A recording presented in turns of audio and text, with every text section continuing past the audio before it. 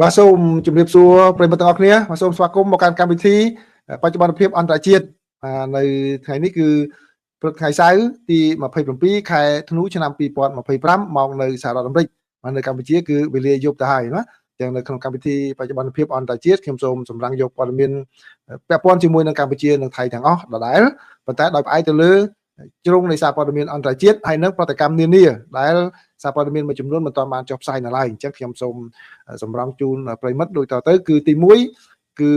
ប្រិមិត្តបានដឹងហើយគឺការចុះហត្ថលេខាលើកិច្ចព្រមព្រៀងរវាងកម្ពុជាហើយនិងថៃសារព័ត៌មានអន្តរជាតិទាំងអស់ស្ទើរតែទាំងអស់តែម្ដងដែលមកដល់ម៉ោងនេះបានចុះផ្សាយព័ត៌មាននេះដោយឈរទៅលើរឿងតែមួយជ្រុងតែមួយឥឡូវនេះខ្ញុំសូមយក NPR មកជំរាបជូនប្រិមិត្តដើម្បីឲ្យបានស្គាល់ពីសារព័ត៌មាននៅសហរដ្ឋអាមេរិកផង NPR ធំនៅសហរដ្ឋអាមេរិកក៏បានរាយការណ៍អំពីការចុះហត្ថលេខាលើបទជួបបាញ់គ្នារយៈពេល72ម៉ោងរវាងលោករដ្ឋមន្ត្រីក្រសួងការពារជាតិកម្ពុជាលោកទាសីហាហើយនិងលោករដ្ឋមន្ត្រីក្រសួងការពារជាតិរបស់ថៃលោកណាត់ផានីតបាទគឺរយៈពេល72ម៉ោងដើម្បីតាមដានមើលហើយរួមមានការដោះលែងយុទ្ធជនរបស់កម្ពុជាទាំង18រូបផងដែរហើយនៅក្នុងព័ត៌មានហ្នឹងគឺប្រិមិត្តក៏មានប្រតិកម្មពីខាងភាគីថៃដែលខាងសារព័ត៌មានមិនបានចុះផ្សាយហើយខ្ញុំបានទៅស្ដាប់ដោយផ្ទាល់ហើយសម្រង់មកជូនប្រិមិត្តឲ្យបានដឹងអំពីប្រតិកម្មរបស់អ្នកនាំពាក្យក្រសួងការពារជាតិរបស់ថៃផងដែរហើយព័ត៌មានទី2នេះគឺមានសារព័ត៌មានមិនច្រើនទេបានចុះផ្សាយដោយសារតែទើបបានចេញទូយ៉ាងដូចជាប្រតិកម្មរបស់ខាងស្ថានទូតជប៉ុនទើបតែចេញមុននេះជាងកន្លះម៉ោងតែប៉ុណ្ណោះអញ្ចឹងបន្តមានការចុះផ្សាយចឹងខ្ញុំដាក់ស្រង់មកគឺមានប្រតិកម្មពីខាងសហរដ្ឋជប៉ុនមានខាងអូស្ត្រាលីហើយនិងចិនជាដើមតើពួកសហគមន៍អន្តរជាតិនេះមានប្រតិកម្មយ៉ាងណាដែរចំពោះកិច្ចព្រមព្រៀងជួបបាញ់របស់កម្ពុជាជាមួយនឹងថៃនេះបាទទាំងពីរនេះហើយព័ត៌មានទី3គឺមានការចុះផ្សាយនៅកម្ពុជាហើយនិងនៅខាងភាគីថៃទាំងពីរតែម្ដងគឺមានកិច្ចប្រជុំត្រីភាគីបាទតាមការអញ្ជើញរបស់រដ្ឋមន្ត្រីក្រសួងការបរទេសរបស់ចិនគឺលោកវ៉ាងយីអញ្ជើញខាងរដ្ឋមន្ត្រីក្រសួងការបរទេសកម្ពុជាគឺលោកប្រាសិខុនហើយនិងរដ្ឋមន្ត្រីក្រសួងការបរទេសរបស់ថៃគឺលោកសៀស័កភូមិកិនកែវអញ្ជើញទៅបាទជួបពិភាក្សាត្រីភាគីនៅក្នុងប្រទេសចិនពាក់ព័ន្ធជាមួយនឹងស្ថានភាពនៅតាមបណ្ដោយព្រំដែននៃប្រទេសទាំងពីរហើយព័ត៌មានចុងក្រោយនេះគឺជាសេចក្តីរាយការណ៍ដែលមាននៅក្នុងប្រទេសកម្ពុជាហើយនិងនៅក្នុងប្រទេសថៃគឺបានបង្ហាញអំពីស្ថានភាពក្រោយពីការចុះហត្ថលេខាលើកិច្ចព្រមព្រៀងនេះតែយ៉ាងម៉េចខាងភាគីថៃគឺប្រជាពលរដ្ឋវិលត្រឡប់ទៅចាប់ដើមវិលត្រឡប់ទៅរំនៅឋានវិញហើយនាំឲ្យមានការស្ទះចរាចរណ៍ដោយឡែកនៅខាងភាគីកម្ពុជាគឺបើតាមអ្នកនាំពាក្យគឺថាស្ថានភាពមានភាពស្ងប់ស្ងាត់ក្រោយពីចុះហត្ថលេខាហើយរហូតមកដល់ពេលរសៀលថ្ងៃទី27ខែធ្នូនេះបាទនេះគឺជាព័ត៌មានសំខាន់ដែលខ្ញុំរៀបចំសម្រាប់ជូនប្រិយមិត្តទាំងអស់គ្នាឥឡូវព័ត៌មានទី1នេះគឺសូមជូន credit ទៅសារព័ត៌មាន NPR បាទជាវិទ្យុ NPR ដ៏ធំរបស់សហរដ្ឋអាមេរិកក៏បានចុះផ្សាយអញ្ចឹងគឺខ្លឹមសារប្រិយមិត្តប្រហែលជាបានដឹងអស់ហើយប៉ុន្តែខ្ញុំចង់ជម្រាបជូនអំពីជ្រុងអន្តរជាតិតើគេចាប់អារម្មណ៍ទៅលើចំណុចណានៅក្នុងការព្រមព្រៀងគ្នារវាងប្រទេសទាំងពីរដើម្បីឲ្យប្រិយមិត្តបានមានគំនិតពីជ្រុងអន្តរជាតិផងគឺបើតាមសេចក្តីរាយការណ៍របស់សារព័ត៌មាន NPR National Public Radio បានបញ្ជាក់ឲ្យដឹងថានៅថ្ងៃសៅរ៍នេះគឺប្រទេសថៃនិងប្រទេសកម្ពុជាបានចុះហត្ថលេខាលើកិច្ចព្រមព្រៀងជួបបាញ់គ្នាដើម្បីបញ្ចប់ការប្រយុទ្ធគ្នាអស់ជាច្រើនសប្តាហ៍ដោយកម្លាំងប្រដាប់អាវុធនៅតាមបណ្ដោយព្រំដែនដែលពាក់ព័ន្ធជាមួយនឹងការទាមទារជន់គ្នាទៅលើតំបន់ដែលនៅជាប់ព្រំដែនហើយគឺកិច្ចព្រមព្រៀងនេះចូលជាធរមានចាប់ផ្ដើមពីម៉ោង12ថ្ងៃត្រង់មកនៅក្នុងប្រទេសទាំងពីរនេះជាការបន្ថែមទៅនឹងការប្រយុទ្ធគ្នានោះគឺកិច្ចព្រមព្រៀងនោះក៏បានអំពាវនាវមិនឲ្យមានការធ្វើការចល័តទ័ពបន្ថែមទៀតនៅភាគីទាំងសងខាងផងដែរហើយគឺក៏មិនឲ្យមានការរំលោភទៅដល់ភាគីទាំងសងខាងទៅលើដែនអាកាសបាទតែប្រើប្រាស់ក្នុងគោលបំណងយោធានោះឡើយហើយសារព័ត៌មាន NPR បាននិយាយថាការពិតទៅគឺមានតែភាគីខាងថៃទេដែលជាអ្នកប្រើប្រាស់កងកម្លាំងអាកាសនិងវាយប្រហារទៅលើភាគីកម្ពុជាដោយបានវាយប្រហារចំគោលដៅជាច្រើននៅក្នុងប្រទេសកម្ពុជាគឺសូម្បីតែមកដល់ព្រឹកថ្ងៃសៅរ៍នេះហើយក៏នៅតែទម្លាក់គ្រាប់ទៅលើគោលដៅនៅក្នុងប្រទេសកម្ពុជាដែរនេះបើយោងតាមក្រសួងការពារជាតិរបស់កម្ពុជាបាទគឺប្រភពផ្លូវការរបស់រដ្ឋាភិបាលដែល NPR ក៏ដកស្រង់កិច្ចព្រមព្រៀងនោះក៏បានអំពាវនាវឲ្យប្រទេសថៃបាទគឺក្រោយពីចំនួននេះគឺក៏ជួបកិច្ចព្រមព្រៀង chụp bánh kia địa bên trên mau trôi trên thầu miền cứ có tới tái mà bình chung trở lập một vinh nơi dự định là bỏ Campuchia chấm luôn đọc from bày rùa bằng này mà đấy tờ bản thay chập thôi chia chấm đọc mắng chập tăng tai pi cảประยุทธ์គ្នាដំបូងគឺនៅខែកក្កដាកន្លងទៅនេះហើយការដោះលែងគឺជារឿងមួយដែលភាគីកម្ពុជាទាមទារជាចម្បងយូរមកហើយអញ្ចឹងគឺកម្ពុជាបានចំណេញពីការចុះហត្ថលេខាកិច្ចព្រមព្រៀងនេះដោយឲ្យយុទ្ធជនទាំង18នាក់វិលត្រឡប់មកវិញហើយដោយដែលខ្ញុំធ្លាប់បាននិយាយក្នុងពេលកន្លងមកអញ្ចឹងបើសិនបើមានការដោះលែងពួកគាត់មែនគឺស្វាគមន៍ពួកគាត់ក្នុងនាមជាវីរៈបរិសុទ្ធនៅក្នុងប្រទេសកម្ពុជាដើម្បីលើកទឹកចិត្តគាត់ទោះបីជាមានកម្លាំងនៅពីខាងណានិយាយបំបាក់ទឹកចិត្តយ៉ាងម៉េចក៏ដោយកុំរៀថយនៅក្នុងការដែលដល់ការគោរពចំពោះពួកគាត់នោះ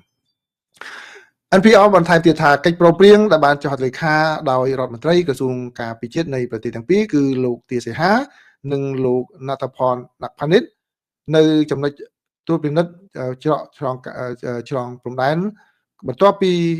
ការប្រជុំរបស់ក្រុម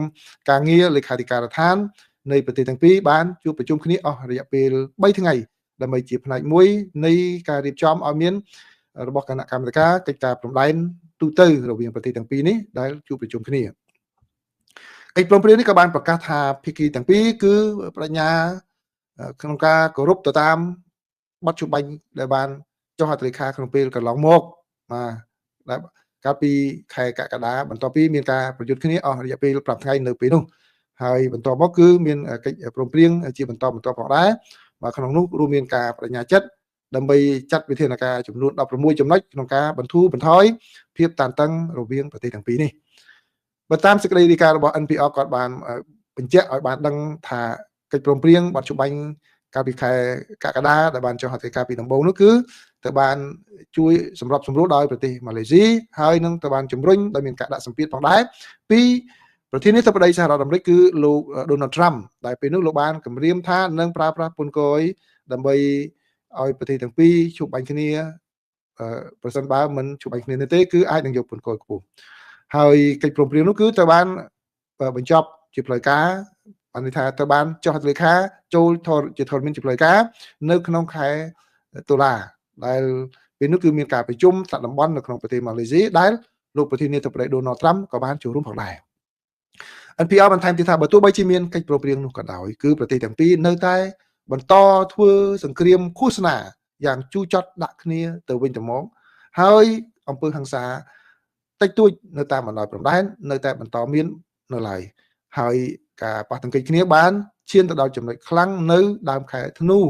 ដោយបានមានការប្រយុទ្ធគ្នាយ៉ាងខ្លាំងក្លាដោយមានការប្រើអាវុធធ្ងន់ផងដែរបើតាមតួលេខផ្លូវការគឺប្រទេសថៃបានស្លាប់ទាហានចំនួន26នាក់ហើយនឹងជនស៊ីវិល1នាក់ដែលជាលទ្ធផលនៃការប្រយុទ្ធគ្នាចាប់តាំងតែពីថ្ងៃទី7ខែធ្នូនេះបើយោងតាមមន្ត្រីហើយប្រទេសថៃក៏បានរាយការណ៍ថាមានជនស៊ីវិលសរុបគឺចំនួន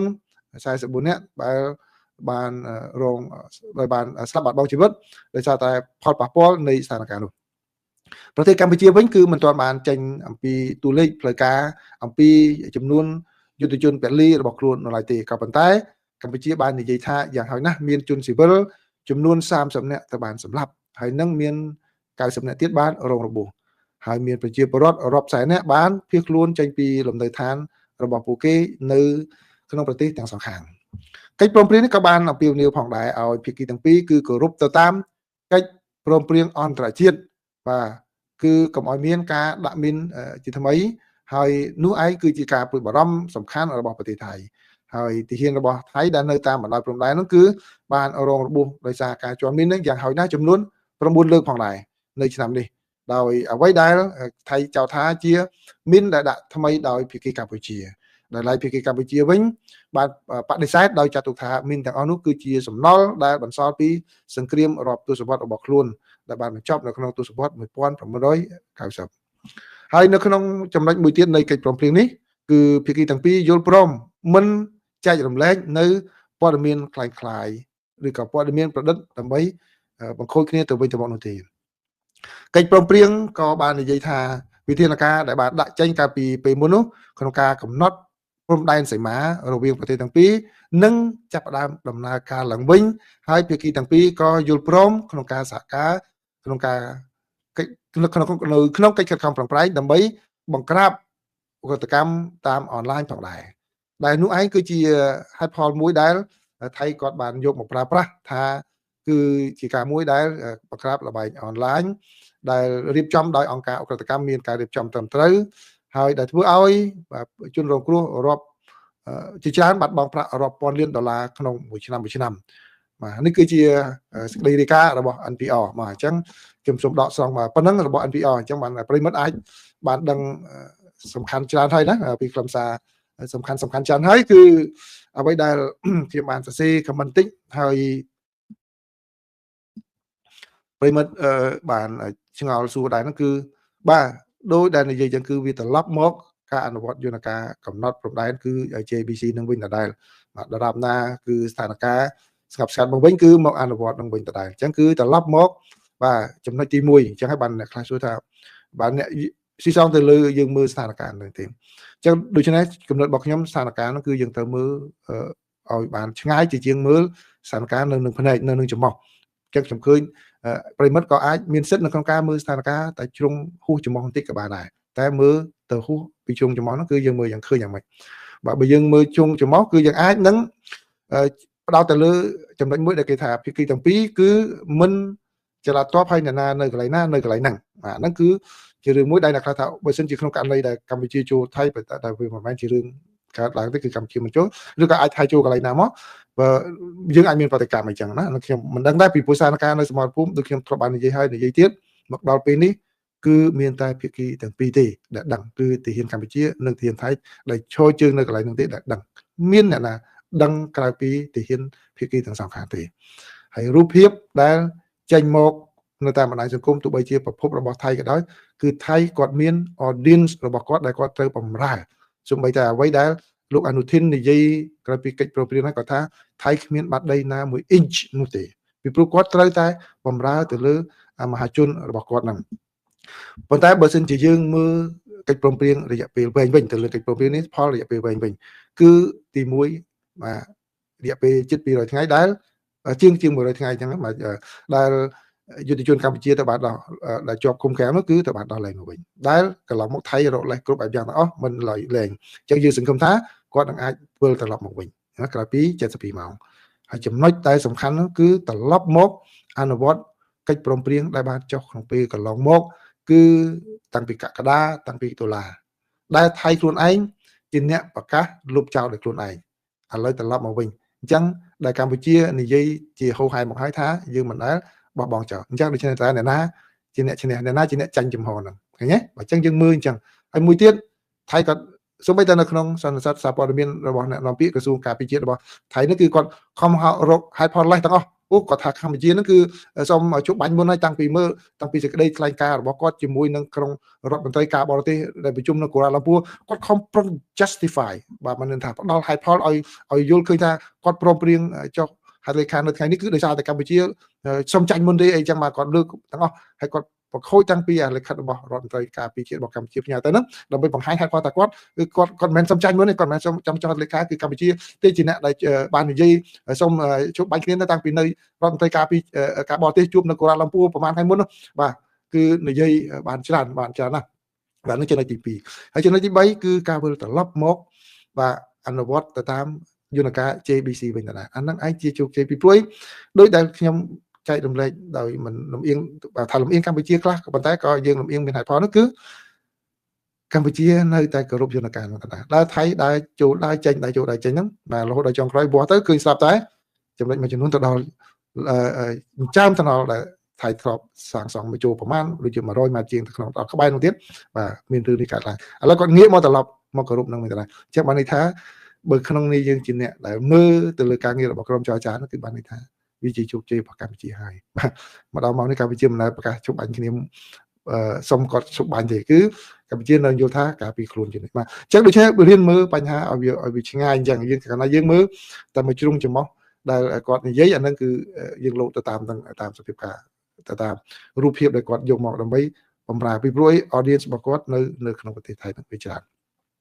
ហើយដោយដែលប្រិមិត្តមួយចំនួនបានចូលផាច់ចូលស្ដាប់ហើយគឺបាទលោករដ្ឋលោកអ្នកនាំពាក្យក្រសួងការពារជាតិរបស់ថៃនេះគាត់និយាយហើយបាទគាត់និយាយខ្លួនឯងគាត់ដោយផ្ទាល់តែម្ដងគាត់ថាកិច្ចព្រមព្រៀងជោគបាញ់ហ្នឹងគឺមិនមែនជាការដកថយទេបាទមិនមែនជាការដកថយទេគឺប៉ុន្តែគឺជាការមួយដែលបាទងាកមកដោះស្រាយតាមការទូតវិញបាទឃើញទេបាទងាកមកយន្តការទូតវិញដែរការទូតវិញដែរប៉ុន្តែតើលោកអនុធាននិយាយយ៉ាងម៉េចដែរនៅពេលដែលអ្នកនាំពាក្យយោធានិយាយពីការទូតហើយណាគឺលោកអនុធាននិយាយមួយទៀតបាទប្រិមត្តស្ដាប់ហើយប្រហែលជាចង់សាយផងអីក៏ផងសេចក្ដីទេបាទអញ្ចឹងខ្ញុំសង្ឃឹមថាប្រិមត្តបានទៅមើលនៅ Facebook ដែលខ្ញុំបានចែករំលែកពីសម្ដីលោកអ្នកនាំពាក្យក្រសួងការពារជាតិនេះហើយគាត់និយាយហ្នឹងបាទអញ្ចឹងនេះជាព័ត៌មានទី1ណាដែលខ្ញុំចង់ក្រងមកចែករំលែកជូនប្រិមត្តព័ត៌មានទី2នេះគឺជាប្រតិកម្មរបស់ខាងបណ្ដាប្រទេសនានាដែលខ្ញុំមើលតាម Facebook របស់ខាងស្ថានទូតទាំងអស់នោះទៅឃើញមានពីខាងជប៉ុនមានខាងអូស្ត្រាលីមានពីខាងចិនប៉ុន្តែខាងសហរដ្ឋអាមេរិកគឺនៅមិនទាន់បានឃើញចេញនៅឡើយទេព្រោះជាដោយសារតែថ្ងៃនេះថ្ងៃសៅរ៍ហើយណាមួយសហរដ្ឋអាមេរិកទៅចេញហើយដែរគឺលោករដ្ឋមន្ត្រីក្រសួងការបរទេសរបស់សហរដ្ឋអាមេរិកនោះបានសន្ទនាគ្នាជាមួយនឹងមេដឹកនាំកម្ពុជាគឺលោកហ៊ុនម៉ាណែតដើម្បីឲ្យមានកិច្ចព្រមព្រៀងនោះបាទឥឡូវនេះគឺអាចចេញថ្ងៃច័ន្ទអីចឹងណាឬក៏យប់នេះមកនៅកម្ពុជាគឺត្រូវជាពេលព្រឹកមកនៅសហរដ្ឋអាមេរិកបើសិនជាមានខ្ញុំនឹងជម្រាបជូនប្រិយមិត្តទាំងអស់គ្នាអញ្ចឹងឥឡូវសូមដកស្រង់ខ្លះនៅសេចក្តីថ្លែងការណ៍ទី1គឺផ្ដល់ការគោរពទៅដល់គោរពបានថាគោរពផ្ទាល់ខ្លួនខ្ញុំទៅដល់ក្រសួងការបរទេសរបស់ជប៉ុនដែលគាត់យកចិត្តទុកដាក់ខ្លាំងណាស់នៅពេលដែលយើងនិយាយអំពីអាមេរិកម៉ាឡេចិនយើងភ្លេចថាជប៉ុនក៏គាត់មានចំណាយដែរគាត់ចូលរួមតាម Japan's way វិធីសាស្ត្ររបស់ជប៉ុនដែរអញ្ចឹងសេចក្តីថ្លែងការណ៍របស់អ្នកនាំពាក្យក្រសួងការបរទេសជប៉ុនពាក់ព័ន្ធជាមួយនឹងការចុះហត្ថលេខាលើបទជបាញ់រវាងកម្ពុជានិងថៃនោះគាត់ថា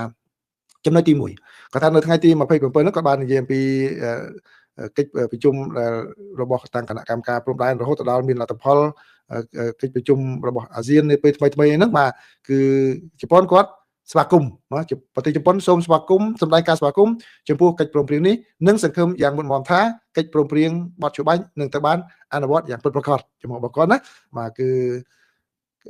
តកតងជាមួយនឹងការដែលប៉ះទង្គិចគ្នាបណ្ដាលឲ្យមានអ្នកស្លាប់មានអ្នករបួសឲ្យទាំង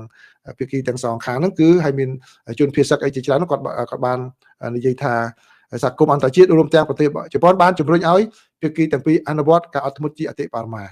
និងស្វែងរកដំណោះស្រាយដោយសន្តិវិធីតាមរយៈការសន្ទនាបាទអញ្ចឹងគឺគាត់រំលឹកឡើងវិញនៅជំហររបស់ជប៉ុននិងបណ្ដាប្រទេសនានាហើយចុងក្រោយគឺគាត់ថាជប៉ុនមានបំណងបន្តកិច្ចខិតខំប្រឹងប្រែងផ្សេងរួមទាំងសកម្មភាពការទូតដើម្បីជំរុញការកាត់បន្ថយភាពតានតឹងរួមទាំងការអនុវត្តកិច្ចព្រមព្រៀងបទជបាញ់ផងដែរដោយសហការជាមួយប្រទេសពាក់ព័ន្ធរួមទាំងសហរដ្ឋអាមេរិកនិងបណ្ដាប្រទេសអាស៊ានបាទគាត់បាននិយាយអញ្ចឹងផងដែរណាបាទប៉ុន្តែជប៉ុនដូចធម្មតាអញ្ចឹងគឺគាត់និយាយដល់ចិនបាទឥឡូវនេះជាសេចក្តីថ្លែងការណ៍មួយទៀតរបស់ខាងអូស្ត្រាលីវិញម្ដងអូស្ត្រាលីក៏គាត់បានសម្ដែងនៅការស្វាគមន៍ដែរចំពោះសេចក្តីថ្លែងការណ៍រួមដែលចុះហត្ថលេខានៅថ្ងៃទី27ធ្នូនឹងផងដែរណាដែលនាំឲ្យមានបទជបាញ់ជាបន្ទាន់ហើយការពីជនស៊ីវិលហ្នឹងបាទហើយនឹងការដោះមានហ្នឹងគឺអូស្ត្រាលីក៏បានសម្ដែងនៅអំណរគុណដល់ក្រុមអ្នកសង្កេតការរបស់អាស៊ានបាទចំពោះទូនាទីដ៏សំខាន់និងកំពុងបន្តរបស់ពួកគេផងដែរបាទរួមជាមួយគ្នានេះគឺអូស្ត្រាលីក៏បានអំពាវនាវដល់កម្ពុជានិងថៃ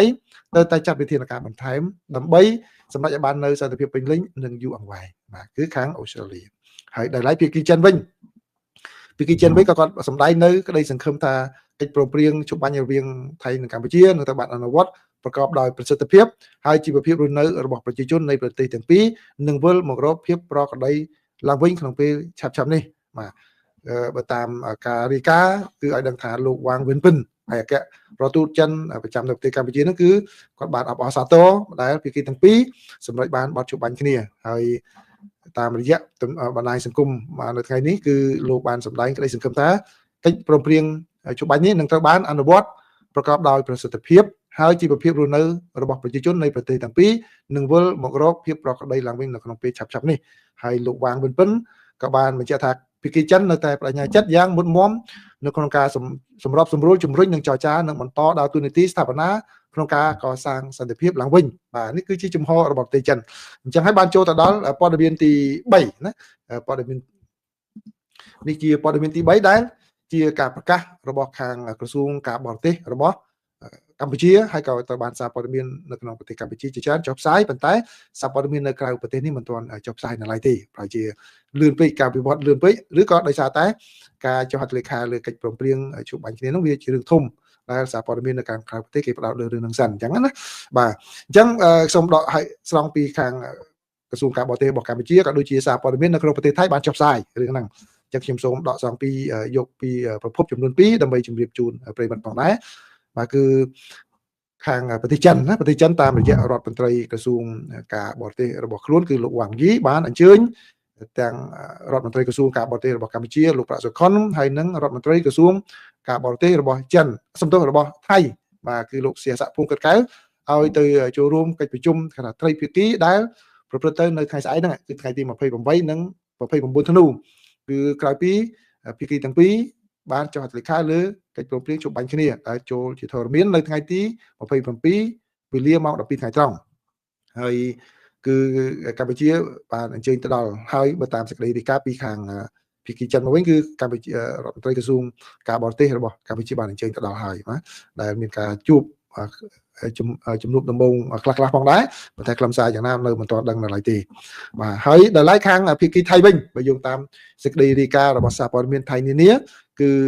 អ្នកសារព័ត៌មានបានសួរលោក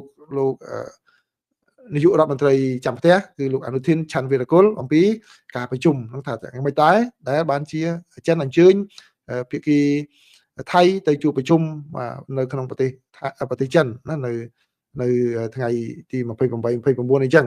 តើដោយសារខ្លឹមសារយ៉ាងម៉េចគឺលោកអនុทิនគាត់បាននិយាយថាគឺវាជារឿងធម្មតាទេដែលខាងភាគី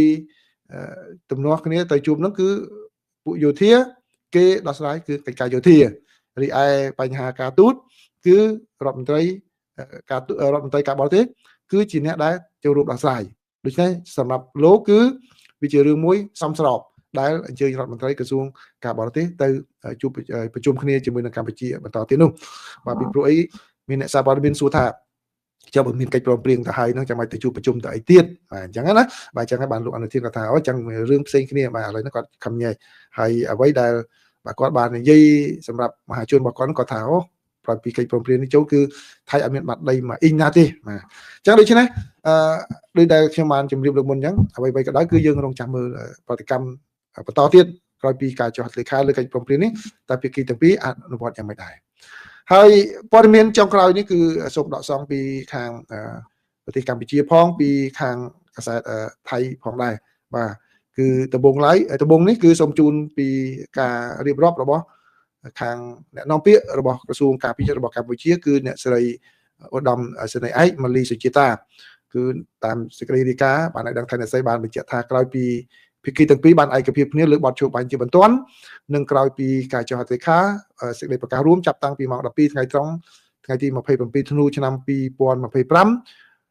ពីម៉ោង 12 ថ្ងៃត្រង់ណាហើយគិតមកដល់ម៉ោង 14:00 រសៀលគឺបានថា4រសៀលថ្ងៃនេះស្ថានភាពនៅជួរមុខមានសភាពស្ងប់ស្ងាត់នេះបើតាមការបញ្ជាក់របស់អ្នកស្រីអ្នកនាំពាក្យហើយគឺអ្នកស្រីបានបញ្ជាក់ផងដែរថាគឺសេចក្តីថ្លែងការណ៍នោះគឺបានចុះហត្ថលេខាបាទបន្តក្នុងកិច្ចប្រជុំពិសេសលើកទី3នៃគណៈកម្មការព្រំដែនទូទៅនៅច្រកទ្វារព្រំដែនអន្តរជាតិព្រំទឹកដីខេត្តបៃលិនប្រទេសកម្ពុជានិងបានប្រកាសក្នុងខេត្តចន្ទបុរីប្រទេសថៃដោយក្នុងនោះគឺលោកទាសហាបាទគាត់បានបញ្យល់បន្ថែមទៀតពីការចូលរួមសង្កេតរបស់ AOT នៅក្នុងការធានាយ៉ាងណាឲ្យអនុវត្តបានហើយកម្ពុជានៅតែតាមដានអំពីស្ថានភាពហ្នឹងហើយនៅក្នុងការវិវត្តមួយទៀតដែរដែលសារព័ត៌មាននៅក្នុងប្រទេសថៃបានរាយការណ៍គឺមុនពេលដែលកិច្ចព្រមព្រៀងចុះហត្ថលេខានៅម៉ោង 12 ហ្នឹងគឺនៅខាងភាគីថៃនៅម៉ោង 11:46 នាទីមានករណីដែលបាទទាហានថៃហ្នឹងគឺគាត់ជន់មីនមួយដែរណាប៉ុន្តែនៅមុនចុះហត្ថលេខានឹងមួយដែរអញ្ចឹងគឺมันបានធ្វើឲ្យខូចទៅដល់ការចុះហត្ថលេខាលើកិច្ចព្រមព្រៀងនេះទេក្នុងពេលកន្លងមកគឺគាត់ទៅលើសូថាជន់មីនគឺហែកកិច្ចព្រមព្រៀងចោលឥឡូវនេះមុនចុះកិច្ចព្រមព្រៀងឬជន់មីនដែរបាទអត់ហែកចោលទេគឺចុះហត្ថលេខាតើគាត់ទទួលព័ត៌មានក្រោយឬក៏មុនអានឹងយើងមិនដឹងដែរប៉ុន្តែក្រោយពីចុះហត្ថលេខាហើយមានរឿងទោះបីជាមានជន់មុនក៏ដោយតែគាត់ហែកចោលឬយ៉ាងម៉េចអានឹងយើងចាំមើលដែរណាបាទហើយគឺនេះខាងភាគីថៃសេចក្តីរាយការណ៍របស់ភាគីថៃហើយដោយឡែកសារព័ត៌មានថៃហ្នឹងក៏បានរាយការណ៍ដឹងថាប្រជាពលរដ្ឋនៅខាងប្រទេសថៃហ្នឹងគឺ មួយចំនួនបានវិលត្រឡប់ទៅផ្ទះវិញហើយនៅម៉ោង8 ល្ងាចគឺម៉ោងប្រហែលជាមួយម៉ោងមុននេះបន្តិចណាជិត2ម៉ោងនេះគឺមានការស្ទះតាមផ្លូវផងដែរដោយសារតែបាទប្រជាពលរដ្ឋរបស់ថៃនឹងវិលត្រឡប់ទៅលំនៅឋានវិញបាទហ្នឹងគឺជាការវិវត្តដែលកាត់ឡើងក្រោយពីមានការចោទទេខាលើកិច្ចព្រមព្រៀងជួបបាញ់គ្នារវាងប្រទេសទាំងពីរបាទអញ្ចឹងសូមអរគុណប្រិមិត្តច្រើនដែលបានចូលមកទទួលយកការចែករំលែកអញ្ចឹងល្ងាចនេះខ្ញុំនឹងរៀបរាប់ផ្សាយជូនប្រិមិត្តហើយដែលមានប្រតិកម្មពីខាងសហរដ្ឋអាមេរិកបាទខ្ញុំនឹងតាមដានពីខាងសហរដ្ឋអាមេរិកហើយនឹងមតិអ្នកជំនាញអំពីអ្វីទៅដែលសហរដ្ឋអាមេរិកគួរតែចាត់វិធានការបន្ថែមទៀតចំពោះថៃដែលបានប្រើប្រាស់អាវុធរបស់សហរដ្ឋអាមេរិកមកពីប្រហារទៅលើប្រទេសកម្ពុជានេះបាទអញ្ចឹងដោយដែលខ្ញុំធ្លាប់បានជម្រាបជូនប្រិមិត្តអញ្ចឹងគឺស្ថានភាពបែបនេះជារឿងសំខាន់ណាស់ដែលត្រូវនៅរក្សាជ្រុងវិជ្ជមានទៅវិជ្ជមានទី1ទី2ទៅមើលស្ថានភាពនៃការដោះស្រាយបញ្ហានេះរយៈពេលវែងបាទកុំប្រើរយៈពេលខ្លីមើលតែជ្រុងច្រមុះហើយនឹងអាចនឹងមានប្រតិកម្មខុសពីសាច់រឿងដែលជាគោលបំណងនៃការចង់បានដោយដែលខ្ញុំធ្លាប់បាននិយាយជាមួយនឹងប្រិមិត្តហើយគឺការចរចាគេមើលរយៈពេលឆ្ងាយគេមិនមើលរយៈពេលខ្លីៗនឹងទេបាទអញ្ចឹងសង្ឃឹមថាអ្នកចរចាដែលចូលហ្នឹងគឺខ្ញុំមើលតាមរយៈលទ្ធផលហ្នឹងគឺបាទគាត់បានមើលរយៈពេលវែងបាទនិយាយត្រង់ទៅប្រធានក្រុមលេខាធិការដ្ឋានដែលចរចាហ្នឹងគាត់ធ្លាប់ខាង VOA សម្ភាសដូចឆ្នាំ2014ណាខ្ញុំឃើញមួយរយៈនេះឃើញបាទគាត់ធ្លាប់បរិបតាំងគាត់នៅកូនសិស្សជួបគាត់តាំងពីគាត់នៅកូនសិស្សដែរនៅរៀននៅអាមេរិកនេះណាបាទហើយឃើញខាងសហព័ន្ធមានមួយចំនួនគាត់យកបទសម្ភាសសភាកាលនឹងសភាជាអ្នកសម្ភាសហ្នឹងគេយកមកចាក់វិញដាក់វីដេអូដាក់អីបាទអញ្ចឹងបានន័យថារៀនសូត្រចេះដឹងបែបអញ្ចឹងបាទរៀនដល់កម្រិតបែបហ្នឹងបាទដើម្បីទៅជួយប្រទេសជាតិឡើងវិញបាទកុំអាត្មានិយមយកបុណ្យស័ក្តិទៅកន្លែងណាផ្សេងបាទទៅធ្វើកិច្ចការមានប្រយោជន៍ចឹងល្អដែរលោករដែនបាទហើយបាទអញ្ចឹងអានឹងគឺជារឿងសំខាន់ណាស់ហើយចំណុចទី3បាទមិត្តជាអត់រួចទេប្រិមិត្តជាអត់រួចទេពីជ្រុងអវិជ្ជមានទាំងអ្នកដែលមានចេតនាមិនល្អនៅក្នុងភាគីខាងកម្ពុជានិងអ្នកមិនមានចេតនាល្អទាំងខាងភាគីថៃបាទគឺប្រកាសជាស្លសាច់រឿងដែលបានកាត់មានឡើងនេះដើម្បីផលប្រយោជន៍របស់ពួកគេឬរឿងផ្សេងហើយអញ្ចឹងកាលណាប្រិមិត្តស្ដាប់ប្រភពដែលមិនច្បាស់លាស់ប្រភពដែលគាត់ធ្វើអ្វីមួយដើម្បីកេងចំណេញអានឹងគឺប្រិមិត្តអាចនឹងជួបរឿងពិបាករឿង stress ហ្នឹងហើយបាទអញ្ចឹងគឺត្រូវតែប្រយ័ត្នចំណុចហ្នឹងមែនតើកុំឲ្យគេប្រាប់ថាដល់កំពង់លងទូកបាទដល់កំពង់លងទូកអានឹងគឺយ៉ាប់ដែរហើយចុងក្រោយរបស់ខ្ញុំគឺចំណុចទី4គឺស្ថានភាពបែបនេះគឺជាមិនរួចទេផលប៉ះពាល់ទៅលើប្រជាពលរដ្ឋយើងមកគាត់ចេញពីលំនៅឋានហ្នឹងបើសិនជាយើងនៅបន្តជួយគាត់តាមសទ្ធាជ្រះថ្លាតាមទឹកចិត្តសប្បុរសរបស់យើងគួរតែកុំបន្ថយពីព្រោះអីបាទខ្ញុំនឹងនិយាយនៅក្រោយពីកម្មវិធីនេះចប់រឿងនេះគឺចង់មិនចង់គឺផលប៉ះពាល់មកលើពលរដ្ឋកម្ពុជាសេដ្ឋកិច្ចកម្ពុជាគឺនឹងមានប៉ុន្តែទៅមានវិធានការយ៉ាងម៉េចដើម្បីអាចឆ្លងផុតស្ថានភាពនេះដោយមិនបាក់ខ្លោបខ្លាចទាំងស្មារតីមិនបាក់ខ្លោបខ្លាចទាំងជីវភាពរបស់ប្រជាពលរដ្ឋបាទអញ្ចឹងសូមអរគុណប្រិយមិត្តច្រើនបាទដែលតែផ្ដល់ការទុកចិត្តទៅលើការចែករំលែករបស់ខ្ញុំដោយដែលខ្ញុំបាននិយាយប្រាប់ប្រិយមិត្តហើយខ្ញុំអត់មានផលចំណេញអ្វីពីស្ថានភាពបែបនេះទេណាគឺខ្ញុំជួយជម្រាបជូនប្រិយមិត្តដោយសុទ្ធចិត្តដោយតាមចំណេះដឹងដែលខ្ញុំមានក៏ប៉ុន្តែទោះបីយ៉ាងណាក៏ដោយក៏ខ្ញុំនៅតែឈរខាងកម្ពុជាដើម្បីផ្ដល់អ្វីដែលជាការលើកទឹកចិត្តដល់ពលរដ្ឋកម្ពុជាជាពិសេសអ្នកដែលចូលរួមគាំទ្រខ្ញុំនឹងផងដែរបាទសូមអរគុណសូមជម្រាបលា